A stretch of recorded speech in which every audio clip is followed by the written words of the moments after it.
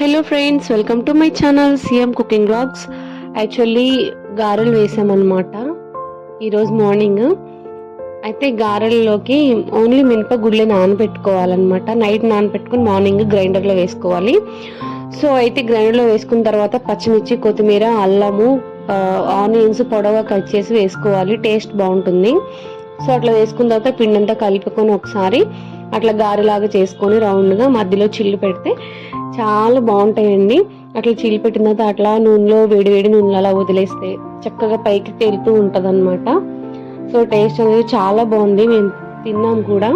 And that దీనిలోకి taste బాగుండడానికి tomato and కొత్తిమీర పచ్చడి చేసాము. టమాటో అండ్ కొత్తిమీర వేసి పచ్చడి చేసాము. ఆ పచ్చడి కూడా దీంట్లో బాగుంటుంది. అలాగే పండు మిరపకాయల పచ్చడి కూడా బాగుంటుంది తాలింపు వేసుకొని తింటే. అండ్ దట్టు అల్లం చట్నీ కూడా బాగుంటుంది.